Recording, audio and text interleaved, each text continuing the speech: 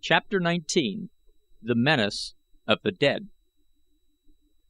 The night was still young when there came one to the entrance of the banquet hall where O Tar of Manator dined with his chiefs, and brushing past the guards entered the great room with the insolence of a privileged character, as in truth he was. As he approached the head of the long board, O Tar took notice of him. "Well, hoary one," he cried, "what brings you out of your beloved and stinking burrow again this day? We thought that the sight of the multitude of living men at the games would drive you back to your corpses as quickly as you could go." The cackling laugh of I Gos acknowledged the royal sally. O Tar?" squeaked the ancient one. "I Gos goes out not upon pleasure bound, but when one does ruthlessly desecrate the dead of I Gos, vengeance must be had." "You refer to the act of the slave Turan?" demanded O Tar. "Turan, yes, and the slave Tara, who slipped beneath my hide a murderous blade, and I Gos, ancient and wrinkled covering where even now in some apprentice tanner's hands, eh?" "But they have again eluded us," cried O Tar. "Even in the palace of the great Jeddak twice have they escaped the stupid knaves I call the Jeddak's Guard."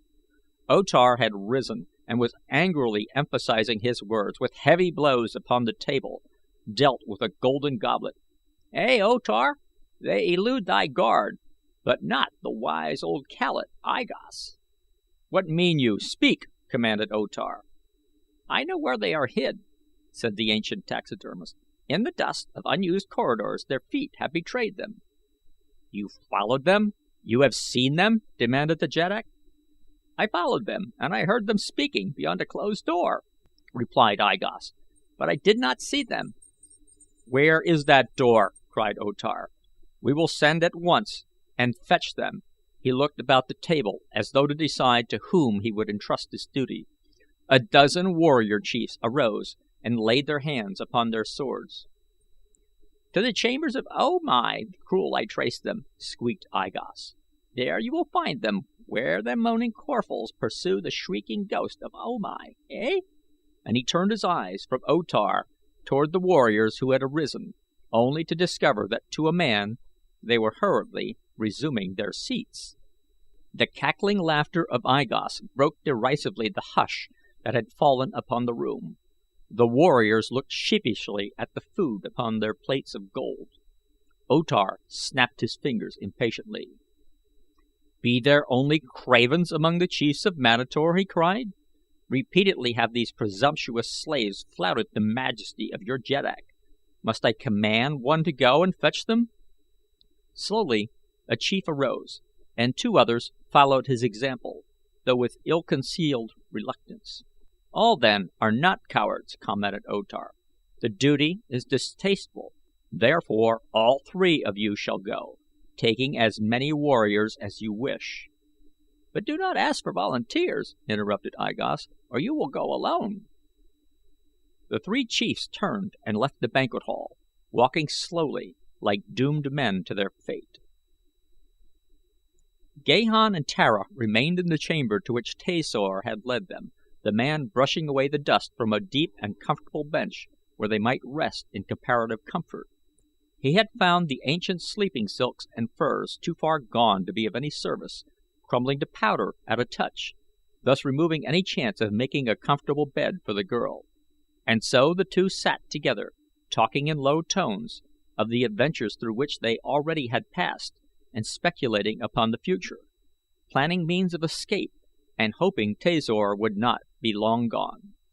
They spoke of many things, of Hastor and Helium and Tharp, and finally the conversation reminded Tara of Gathol. "You have served there?" she asked. "Yes," replied Turan. "I met Gahan the Jed of Gathol at my father's palace," she said, "the very day before the storm snatched me from Helium. He was a presumptuous fellow, magnificently trapped in platinum and diamonds. Never in my life saw I so gorgeous a harness as his, and you must well know, Turan, that the splendor of all Barsoom passes through the court at Helium, but in my mind I could not see so resplendent a creature drawing that jeweled sword in mortal combat. I fear me that the Jed of Gathol, though a pretty picture of a man, is little else." In the dim light Tara did not perceive the wry expression upon the half averted face of her companion. "You thought little, then, of the Jed of Gathol?" he asked. "Then or now," she replied, and with a little laugh, "how it would pique his vanity to know, if he might, that a poor panthan had won a higher place in the regard of Tara of Helium," and she laid her fingers gently upon his knee. He seized the fingers in his and carried them to his lips. "O Tara of Helium," he cried, "think you that I am a man of stone?" One arm slipped about her shoulders and drew the yielding body toward him. "May my first ancestor forgive me my weakness," she cried, as her arm stole about his neck and she raised her panting lips to his. For long they clung there in love's first kiss, and then she pushed him away gently. "I love you, Turan," she half sobbed. "I love you so. It is my only poor excuse for having done this wrong to Djor Kantos, whom now I know I never loved, who knew not the meaning of love. And if you love me as you say, Turan, your love must protect me from greater dishonor, for I am but as clay in your hands." Again he crushed her to him, and then as suddenly released her, and rising, strode rapidly to and fro across the chamber, as though he endeavored by violent exercise to master and subdue some evil spirit that had laid hold upon him. Ringing through his brain and heart and soul, like some joyous pagan, were those words that had so altered the world for Gahan of Gathol: "I love you, Turan, I love you so." And it had come so suddenly. He had thought that she felt for him only gratitude for his loyalty, and then, in an instant, her barriers were all down. She was no longer a princess, but instead his reflections were interrupted by a sound from beyond the closed door.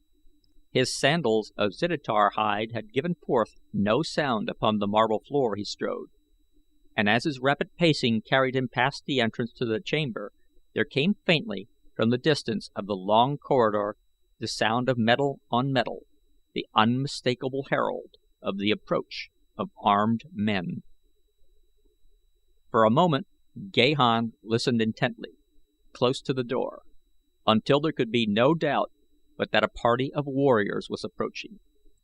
From what Tasor had told him, he guessed correctly that they would be coming to this portion of the palace but for a single purpose: to search for Tara and himself, and it behooved him therefore to seek immediate means for eluding them.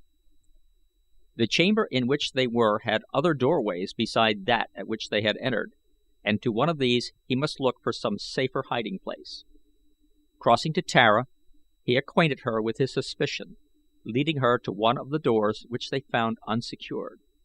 Beyond it lay a dimly lighted chamber, at the threshold of which they halted in consternation, drawing back quickly into the chamber they had just quitted, for their first glance revealed 4 warriors seated around a jetan board.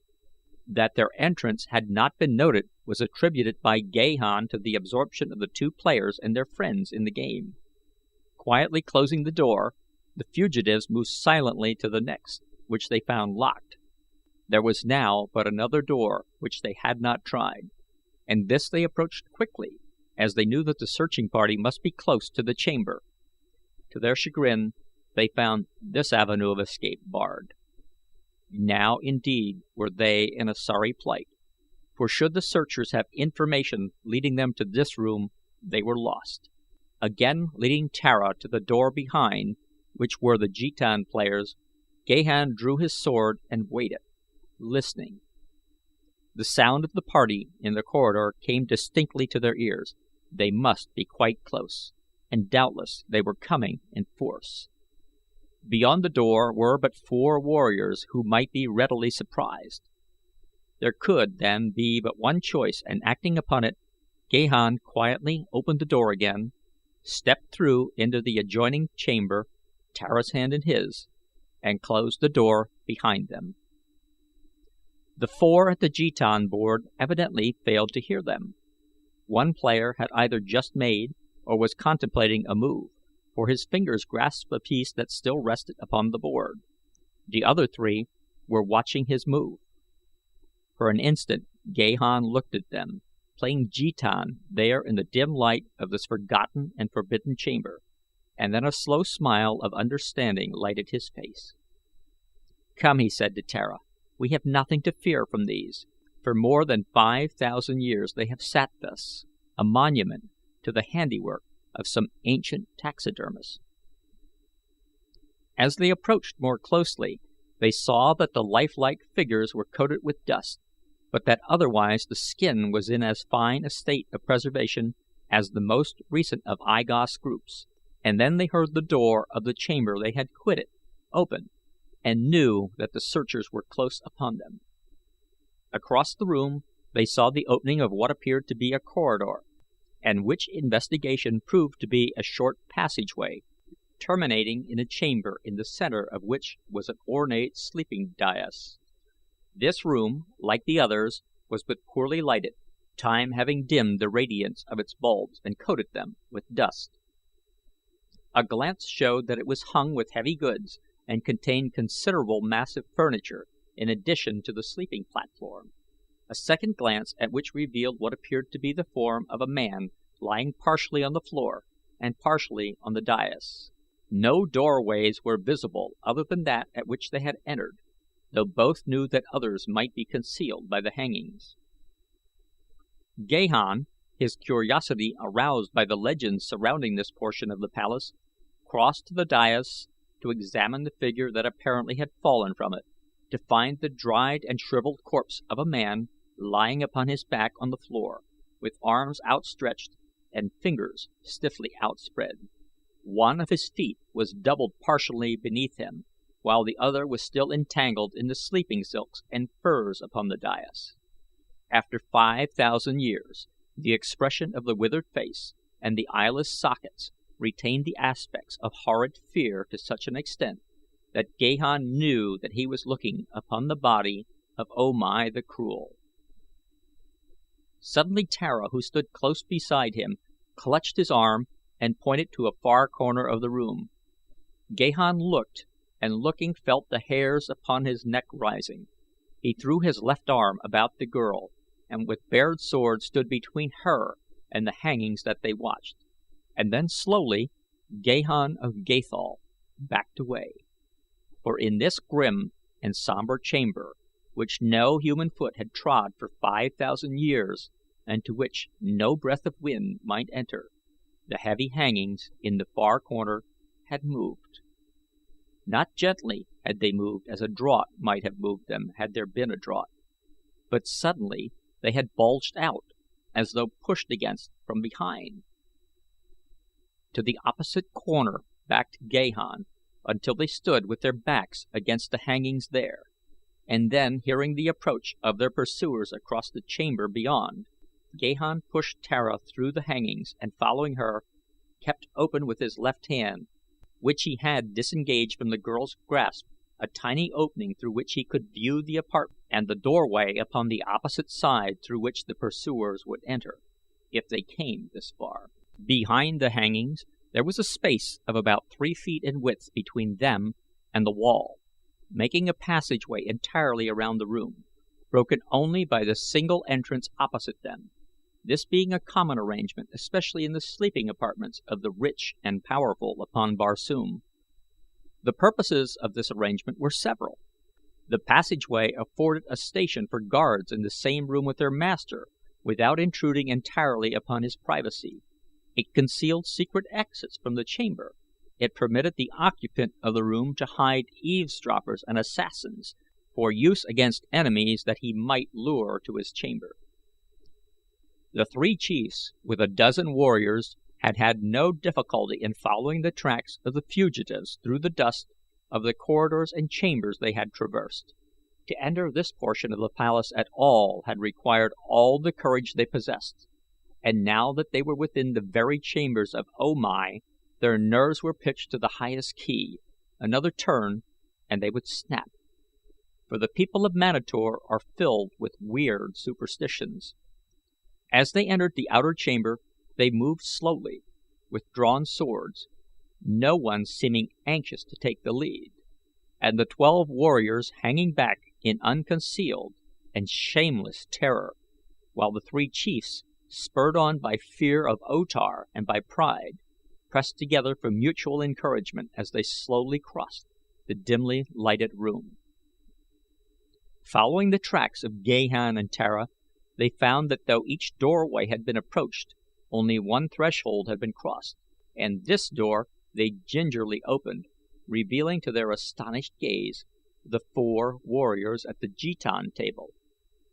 For a moment they were on the verge of flight, for though they knew what they were, coming as they did upon them in this mysterious and haunted suite, they were as startled as though they had beheld the very ghosts of the departed. But they presently regained their courage sufficiently to cross this chamber too, and enter the short passageway that led to the ancient sleeping apartment of O Mai the Cruel. They did not know that this awful chamber lay just before them, or it were doubtful that they would have proceeded farther, but they saw that those they sought had come this way, and so they followed. But within the gloomy interior of the chamber they halted, the 3 chiefs urging their followers, in low whispers, to close in behind them, and there, just within the entrance, they stood until, their eyes becoming accustomed to the dim light, one of them pointed suddenly to the thing lying upon the floor, with one foot tangled in the coverings of the dais. "Look!" he gasped. "It is the corpse of O Mai, ancestor of ancestors. We are in the forbidden chamber."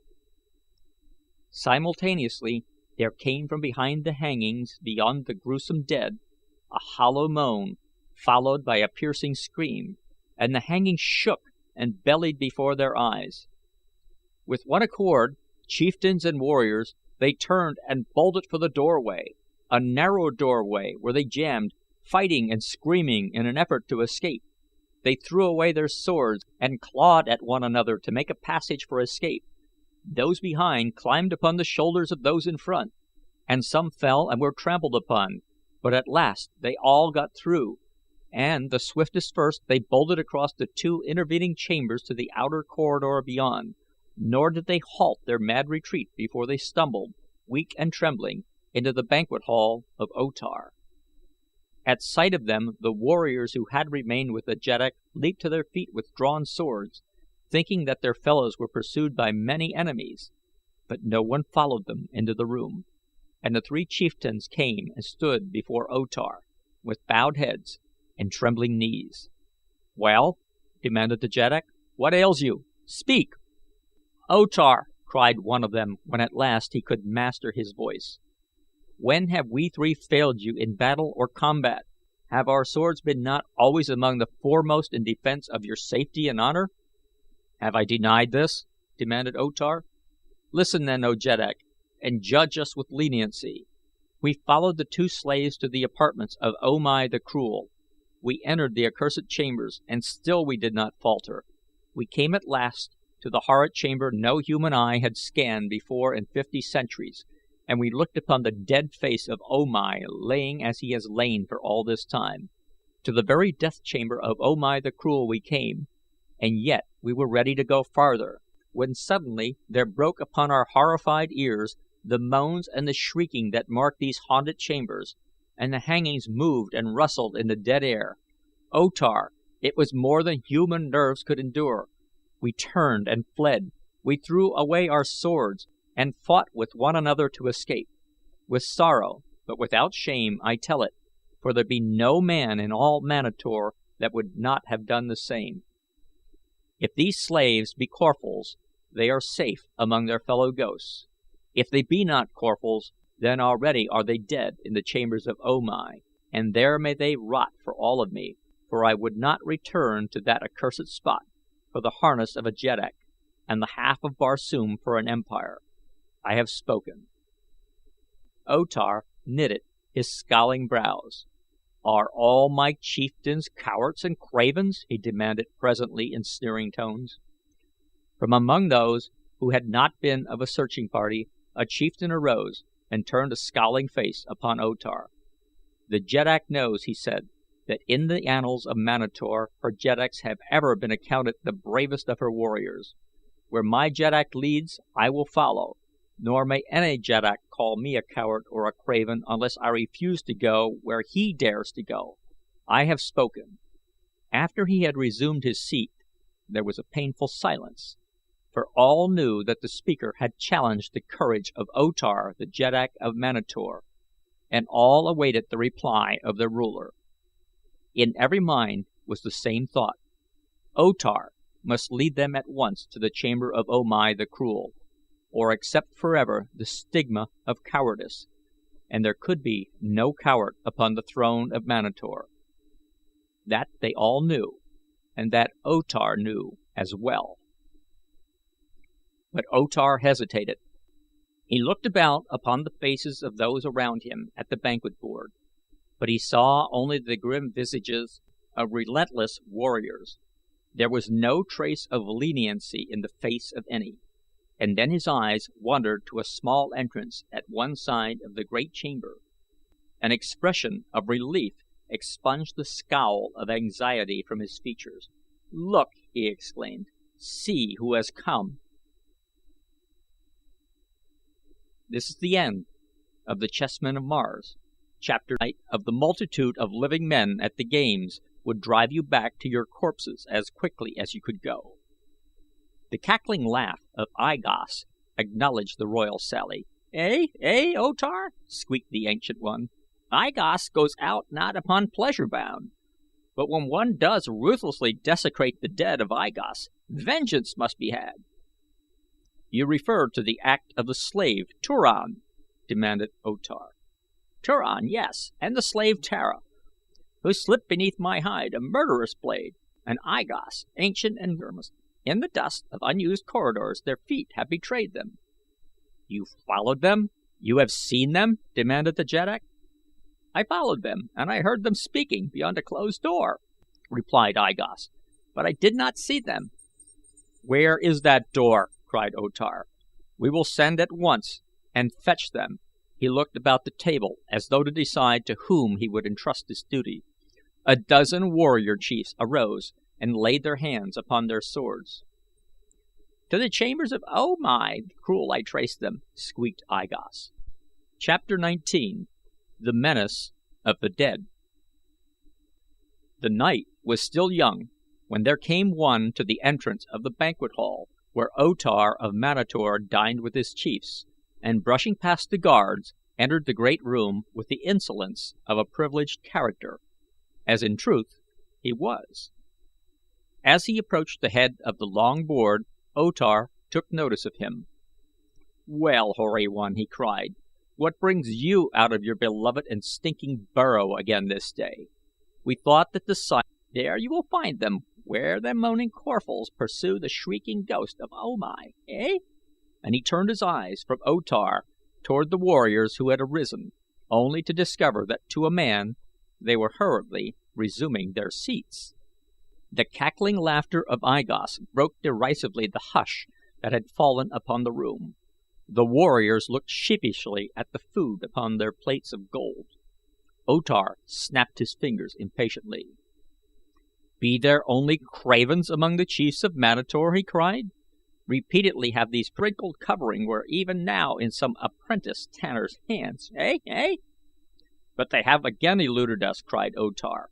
"Even in the palace of the great jeddak twice have they escaped the stupid knaves I call the jeddak's guard." O Tar had risen and was angrily emphasizing his words with heavy blows upon the table, dealt with a golden goblet. O Tar, they elude thy guard, but not the wise old Callet, I Gos." "What mean you? Speak!" commanded O Tar. "I know where they are hid," said the ancient Taxidermist.